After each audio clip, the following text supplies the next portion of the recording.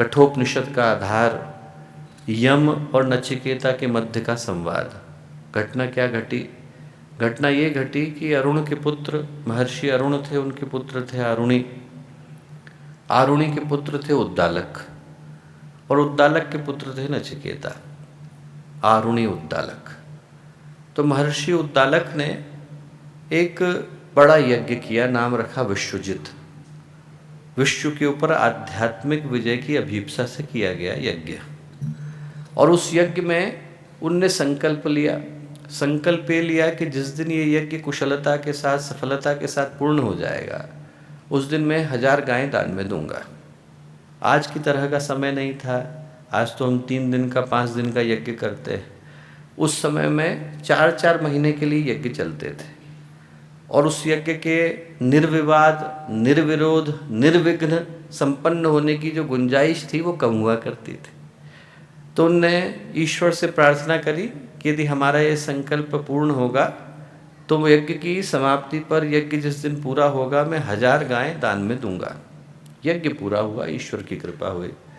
जैसे ही यज्ञ पूरा हुआ और दान देने की बारी आई, तो उस समय में महर्षि उद्दालक के मन में कहीं से स्वार्थ आ गया।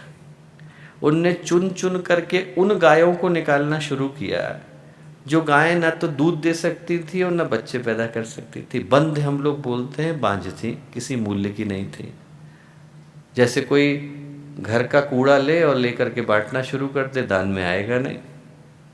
उनके पुत्र इस बात को बड़ी गंभीरता से देख रहे थे, नचिकेता।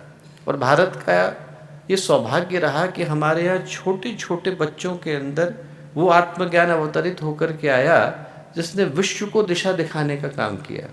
छोटे से ध्रुव थे, उनके मन में संकल्प आया, मुझे मेरे पिता की गोद से उतार सकते हो, परम पिता की गोद से थोड़ी उतार सकते हो, वहाँ जा कर के बैठूंगा। छोटे से अष्टावक्र के मन में संकल्प आया, 8 जगह से टेढ़े थे। जैसे ही राजा जनक के दरबार में गए, लोग देख करके हंसने लग गए, तो अष्टावक्र उसको देख करके बोले कि मैं गलत जगह में आ गया, मैं ऐसी जगह में आ गया जहाँ पर चर्मकारों की सभा है। मुझे तो बताया गया था कि विद्वानों की सभा है, यहाँ पर लोग शरीर के ऊपर अपनी दृष्टि लगा करके बैठ गए। भारत ऐसी भूमि रहा जहाँ पर छोटे छोटे बच्चे के अंदर आत्मज्ञान अपने शिखर के ऊपर प्रतिष्ठित था। नचिकेता के अंदर भी ऐसा ही था। नचिकेता ने जैसे ही देखा कि मेरे पिताजी ये गलत कर्म कर रहे हैं, तो उनके मन में जिज्ञासा आई और अपने पिता के लिए दर्द आया। उनको लगा कि मेरे पिता इतने बड़े महर्षि, तपस्वी, आज एक गलत काम कर देंगे तो गलत लोकों में जाकर के गिरेंगे। तो जो प्रश्न पूछा है नचिकेता ने, वो अपने पिता से उनने जाकर के प्रश्न पूछा कि पिताजी, मैंने पढ़ा है कि दान जो है वो शुभ वस्तुओं का देना चाहिए और शुभ उद्देश्य के लिए देना चाहिए। आप जो कर रहे हैं इसको करने से कहीं आपको पाप तो नहीं लगेगा? ये प्रश्न पूछा कि जो चीज़ मूल्य की है, जो चीज़ महत्व की है, जो चीज़ काम की है, वो देनी चाहिए। आप वो दे रहे हैं जो किसी मूल्य की नहीं, किसी महत्व की नहीं, किसी उपयोग की नहीं। इसको देने से इसको दान कहा जाएगा क्या? प्रश्न पूछा। पिता ने सुना और सुन करके अनसुना कर दिया।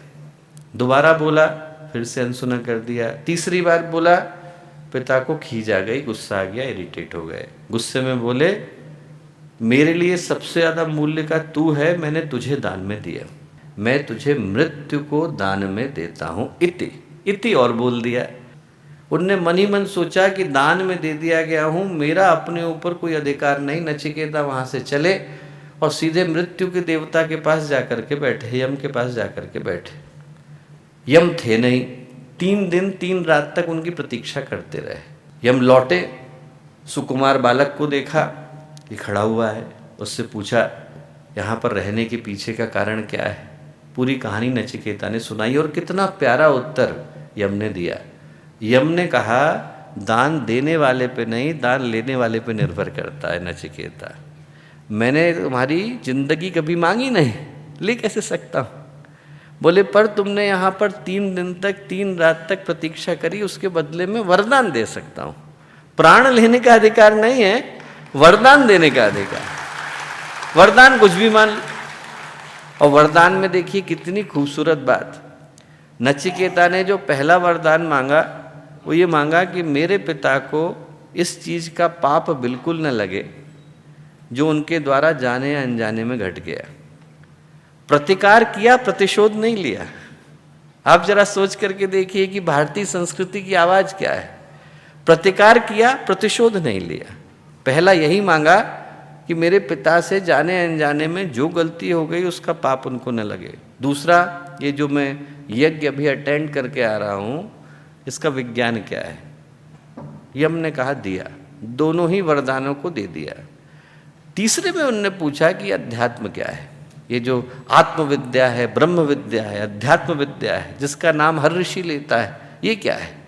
इस बार यम लड़खड़ा गए।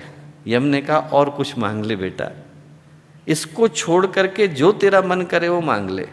उत्तिष्ठत जागृत प्राप्य वरान्य बोधत क्षुरस्य धारा निशिता दुरत्या दुर्गम पथस्तत कव्यो वदंती। उठो, जागो, अपने लक्ष्य को प्राप्त करो। ये जो पथ है वो इतना ज्यादा दुर्गम है जैसे छुरे की धार पर चलने के समान हो। बड़े बड़े कवि, बड़े बड़े ऋषि इस पर चलने से घबराते हैं। तू तो अभी छोटा बच्चा है और कुछ मांग ले। पहले अध्याय की तीसरी वल्ली का 14वां सूत्र है। और जो यम के मुंह से निकला, उनने कहा पैसा ले ले। और नचिकेता ने क्या कहा? न वित्तेन तर्पणयो मनुष्य, पैसे से आज तक किसी का पेट भरा नहीं, मेरा कैसे भर जाएगा? उनने कहा चक्रवर्ती सम्राट बन जा। बहुत बड़े बड़े सम्राटों के नाम दिए। नचिकेता ने कहा जिनके नाम आप बता रहे हैं वो सारे के सारे अभी जिंदा हैं कि मर गए? मर गए, मृत्यु को प्राप्त हुए। तो नचिकेता ने कहा कि फिर मुझे वो ज्ञान दीजिए जो मृत्यु के पार ले जाता है। उस ज्ञान को लेकर के मैं क्या करूंगा जो मृत्यु के साथ ठहर जाता है। ये भारत की संस्कृति की आवाज है। उत्तिष्ठत जागृत प्राप्य वरान्य बोधत। उठो, जागो, अपने लक्ष्य को प्राप्त करो। तब तक, जब तक कि प्राप्त न कर लो, न रुके, न ठहरे, न सहमे। हमें पूरे विश्वास के साथ, संकल्प के साथ, निर्भयता के साथ, निडरता के साथ, निर्द्वंद्वता के साथ और मन में गर्व, गौरव, स्वाभिमान को धारण किए उसी दिशा में बढ़ने की आवाज है, उसी दिशा में बढ़ने का संकल्प है, उसी दिशा में बढ़ने की पुकार है, जिस ओर चलने पर हमारे जीवन का लक्ष्य और उद्देश्य सफल हो पाते हैं। हमारे YouTube चैनल शांति कुंज वीडियो गायत्री परिवार को सब्सक्राइब करें एवं बेल आइकन जरूर दबाएं ताकि गायत्री परिवार की विभिन्न गतिविधियों की जानकारी आपको मिलती रहे।